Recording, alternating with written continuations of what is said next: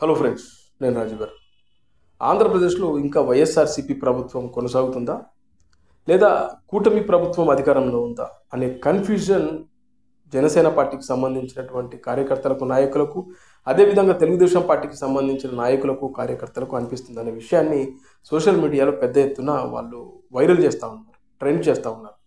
కారణం ఏంటంటే కూటమి ప్రభుత్వం వచ్చిన తర్వాత కూడా ఇంకా వైఎస్ఆర్సీపీకి సంబంధించినటువంటి కొంతమంది నాయకులు సేమ్ వైఎస్ఆర్సీపీ అధికారంలో ఉన్నప్పుడు ఏ విధంగా రెచ్చిపోయారో ఎగ్జాక్ట్లీ మళ్ళీ అదే విధంగా రెచ్చిపోతున్నారు. కొంచెం కూడా తగ్గట్లేదు. అయితే ఇప్పుడు ఇన్ని అరెస్టులు జరిగినా కూడా వైఎస్ఆర్సీపీకి సంబంధించిన కొంతమంది నాయకులకు ఆ భయం అయితే లేనేలేదు. వాళ్ళు ఇప్పటికి కూడా ఇంకా కూటమి ప్రభుత్వం కాదు, ఇంకా మా వైఎస్ఆర్సీపీ ప్రభుత్వం అధికారంలో ఉన్నట్లుగానే వాళ్ళు భావిస్తున్నారు. అందులో చూస్తే పేర్ని నాని గారు వైఎస్ఆర్సీపీ అధికారంలో ఉన్నప్పుడు ఆయన సినిమాటోగ్రఫీ మంత్రి ఏ విధంగా మాట్లాడాడో మనందరికి తెలుసు. పవన్ కళ్యాణ్ గారిని అయితే అరే తురే ఒరే పీకే అదే విధంగా చాలా నీచంగా మాట్లాడాడు. ఇప్పుడు కూడా సేమ్ టు సేమ్ అదే భాష. ఆయన కొంచెం కూడా భయం లేనట్టుగా కనబడుతుంది. ఎందుకంటే మొన్ననే బియ్యంకి సంబంధించి ఆయనకు సంబంధించినటువంటి ఇలాకాలో పెద్ద ఎత్తున బియ్యాన్ని దాచిపెట్టారు. ఆయన భార్యపై కేసు ఉంది, అయినా కూడా బెయిల్ మీద బయటకు వచ్చారు. అయినా కూడా పేర్ని నానిలో కొంచెం కూడా భయం లేదు. ఇప్పుడు కూడా అదే విధంగా మాట్లాడుతున్నాడు. నిన్న రీసెంట్గా చూస్తే పవన్ కళ్యాణ్ గారిని ఒరే పీకే అని ఏం పీకుతావురా నువ్వు అని చెప్పేసి మాట్లాడుతూ ఉంటే నారా లోకేష్ను టార్గెట్ చేసుకొని మాట్లాడుతూ ఉన్నాడు. చంద్రబాబు నాయుడు గారిని టార్గెట్ చేసుకొని మాట్లాడుతూ ఉన్నాడు. మొన్న ఒక వైఎస్ఆర్సీపీకి సంబంధించినటువంటి కార్యకర్తల నాయకుల ఒక మీటింగ్ జరిగింది. ఆ మీటింగ్లో ఏ విధంగా మాట్లాడాడో మనందరికీ తెలుసు. నిజంగా చాలామంది ఆశ్చర్యపోయారు. ఏంట్రా బాబు ఇంత దారుణంగా మాట్లాడుతూ ఉంటే ఈ కూటమి ప్రభుత్వం ఉన్నటువంటి నాయకులకు చీము నెత్తురు లేదా?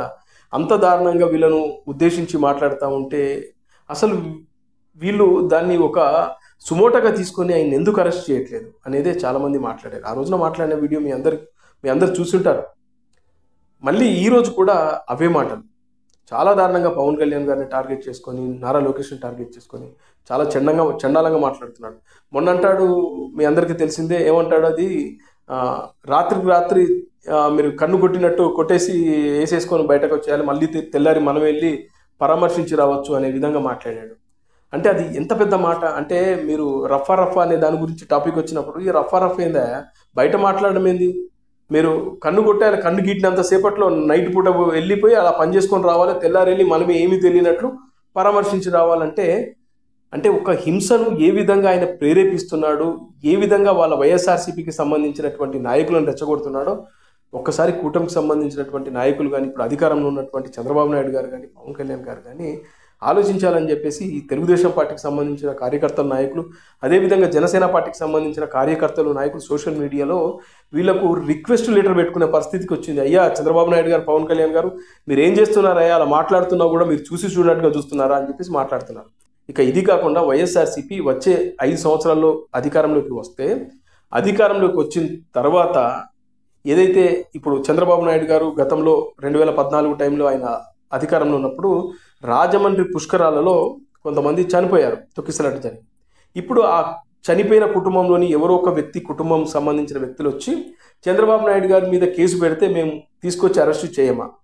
అదేవిధంగా వీళ్ళు చీరలు పంచే టైంలో బస్సుల్లోంచి, లారీలోంచి ఇసిరేశారు, ఆ రోజున తొక్కిసలాటలో చనిపోయిన వాళ్ళు ఎవరైనా వచ్చి కేసు పెడితే మనం అరెస్ట్ చేయమా అని ఈ ఇప్పుడు కూటమికి సంబంధించినటువంటి చంద్రబాబు నాయుడు గారిని, అలాగే నారా లోకేష్ను భయపెట్టే ప్రయత్నాలు అయితే కంప్లీట్గా చేస్తూ ఉన్నారు. అంటే వాళ్ళు ఏం చెప్తున్నారంటే, మనం ఫ్యూచర్లో అధికారంలోకి వస్తే మనం ఎవరిని ఇచ్చిపెట్టాం, అన్ని అరెస్ట్లే. ఇంకా అంటే మనకు అర్థమయ్యేది ఏంటంటే, రేపు ఫ్యూచర్లో వైఎస్ఆర్సీపీ కనుక అధికారంలోకి వస్తే ఇక అరెస్టుల పర్వమే, ఇంకా ఎవరిని వదిలిపెట్టరు వాళ్ళు అనేది వాళ్ళు క్లియర్గా వార్నింగ్ ఇస్తున్నారు. అంటే ఆంధ్రప్రదేశ్ రాజకీయాల్లో ఇకపై కక్ష రాజకీయాలే. మీరేం చేశారో అంతకు 10 రెట్లు మేము చేస్తాం అనే విధంగా రేపు ఫ్యూచర్లో ఉండబోతున్నాయా అనే అనుమానాలు కూడా చాలామంది చేస్తూ ఉన్నారు. ఎందుకంటే పేర్ని నాని చేసే కామెంట్స్ ఎలా ఉన్నాయి, చాలా దారుణంగా, హద్దులు లేకుండా, విచ్చలవిడిగా ఎంత వస్తే అంత పేర్ని నాని మాట్లాడుతూ ఉంటే కూటమి ప్రభుత్వం ఉండి ఏం చేస్తుందా?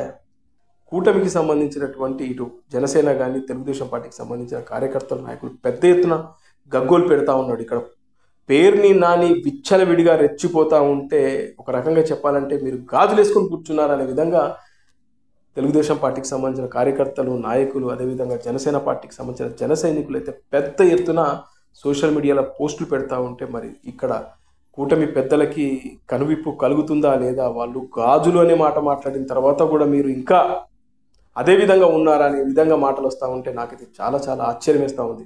ఎందుకంటే పేర్ని నాని మాటలు చాలామంది ఆశ్చర్యపోయేలా ఉన్నాయి. మరి కూటమి పెద్దలకు అలా అనిపించట్లేదా?